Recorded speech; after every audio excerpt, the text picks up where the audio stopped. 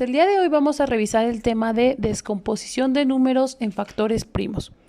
Bueno, pues este tema comienza desde el último tema que revisamos, que son los números primos. Como tú puedes recordar, los números primos son el 2, el 3, 5, 7, 11, 13, 17, etc. Recuerda que estos números primos vienen de la criba de Eratóstenes que estuvimos trabajando en temas pasados. Estos números primos también son llamados factores primos.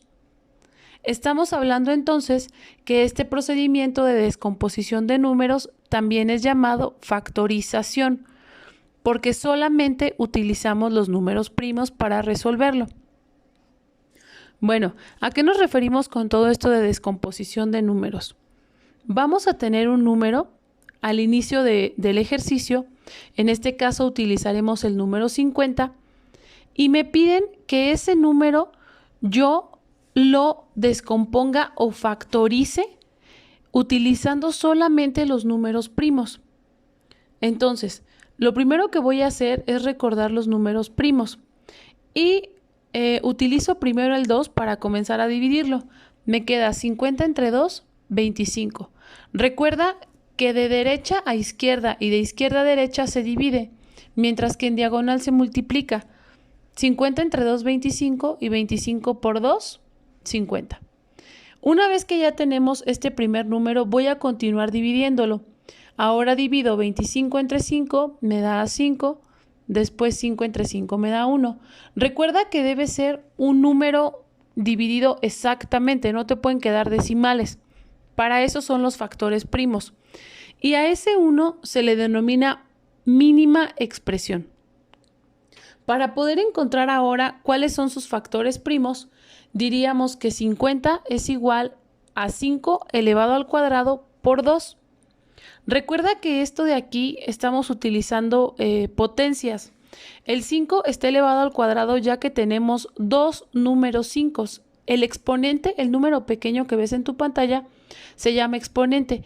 Y ese numerito indica que hay dos 5, o sea, dos números 5. Para lo siguiente, vamos a revisar ahora lo que es 100. Vamos a también descomponerlo, vamos a factorizarlo en factores primos. Comenzamos con el número 2, 100 entre 2 me da 50, después 50 entre 2 me da 25. Básicamente es parecido al ejercicio pasado, solo que ahora comencé desde 100. Ahora, una vez que llego a su mínima expresión, voy a representar estos números con potencias. Tendría 2 elevado al cuadrado por 5 elevado al cuadrado.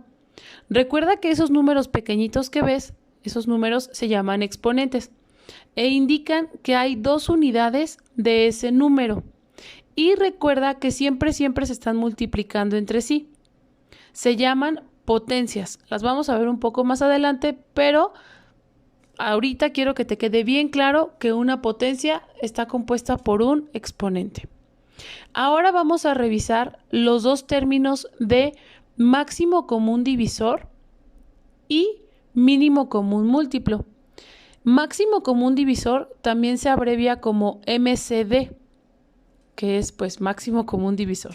Y en el caso de mínimo común múltiplo, sus siglas son MSM, que son mínimo común múltiplo. Si te fijas, uno lo escribimos con puras mayúsculas y el otro lo escribimos con minúsculas. Es para que tú identifiques que uno es máximo y el otro es mínimo. En el caso del máximo común divisor, estamos hablando de números que se dividen. Y en el caso de múltiplo, como lo dice la palabra, nos referimos a las tablas de multiplicar, que son un número que coincide entre sí. Quiero que te grabes un poquito eso porque lo vamos a hablar más adelante. En el caso del divisor, pues simplemente hablamos de pues un divisor o un número que divide, que reparte, que corta. ¿Ok? Ambos casos utilizan factores primos.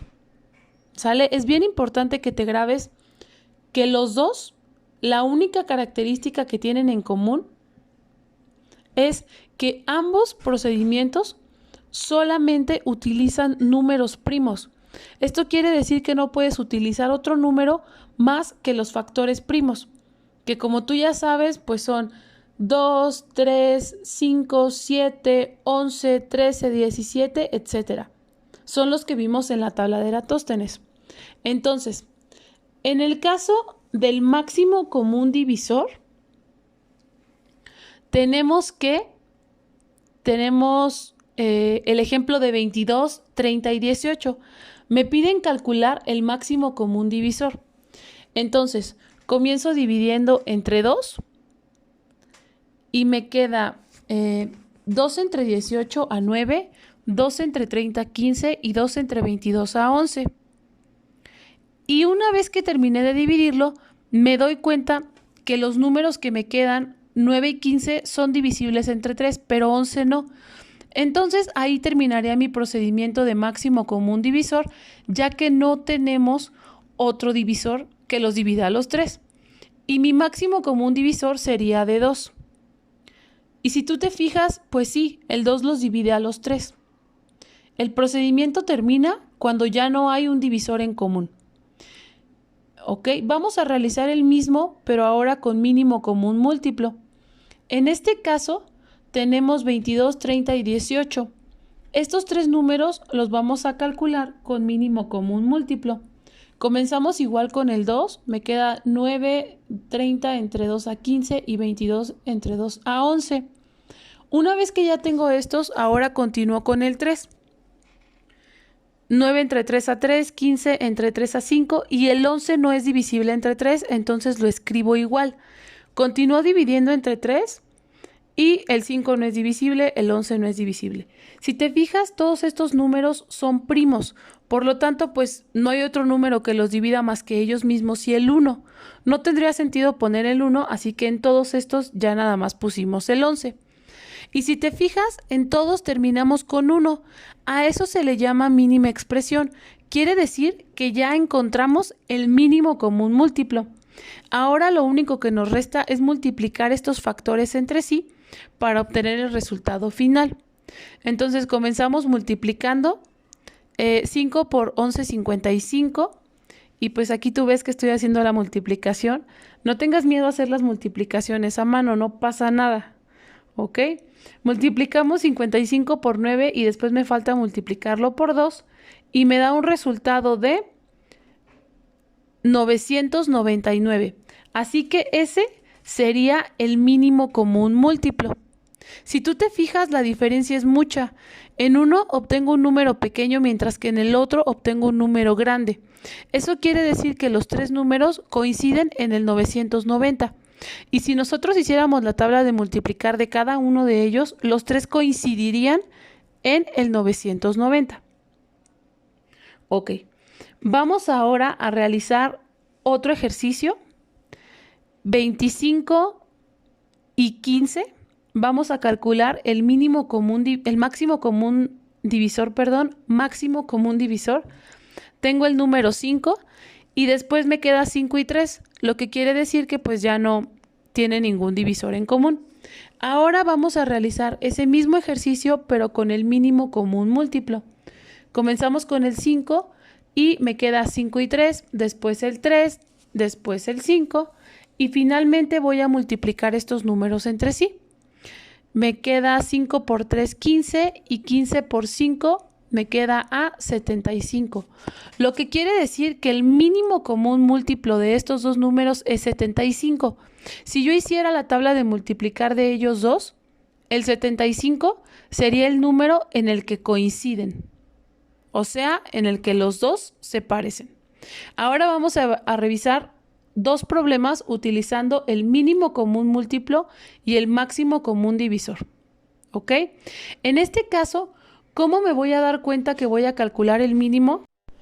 En este caso, ¿cómo sé yo que me van a pedir calcular el mínimo común múltiplo? Porque van a utilizar palabras como coincidir. En el caso de máximo común divisor, me hablarán acerca de repartir, a cuántos equivale o dividir. Recuerda que aquí vas a utilizar sinónimos. Así es como tú vas a identificar cuál de los dos métodos vas a utilizar dependiendo del problema que te indiquen. En este caso, los dos números que voy a utilizar son el 6 y el 4, ya que se refieren a la cantidad de minutos que tarda el ciclista en dar las vueltas a la pista. Comienzo con la división, utilizo el número 2, después utilizo otra vez el número 2 y finalmente utilizo el número 3. Si te fijas en este caso, el problema dice, ¿en qué momento volverán a encontrarse? Quiere decir que vamos a buscar un número en el que los dos coincidan. Ajá. Entonces ahora me queda 12. Eso quiere decir que van a coincidir en el minuto 12. Y para saber la cantidad de vueltas, pues solo basta con dividir.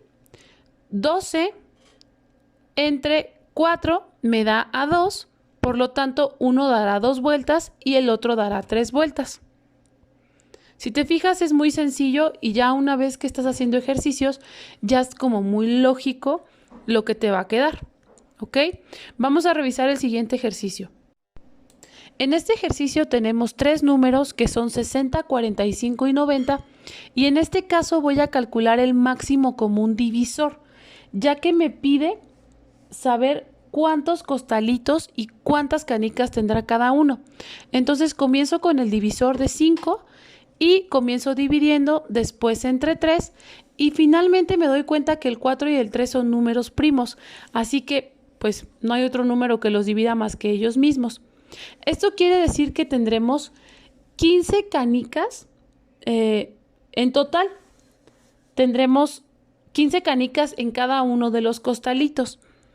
Y para saber, ahora vamos a sumar el total, que es un total de 60 más 45 más 90 y nos da un total de 195, lo que quiere decir que vamos a dividir 195 entre 15 y me va a dar la cantidad de costalitos que tenemos. En este caso me indica que en total tenemos 13 costalitos de 15 canicas cada uno. Está un poco enredosito, pero repítelo y verás que se entiende muy claro. Ok, pues chicos, espero que esto haya sido un poquito más para que tú entiendas. Espero que te haya gustado este video y nos estamos viendo. Ok, cuídate mucho. Nos vemos. Bye.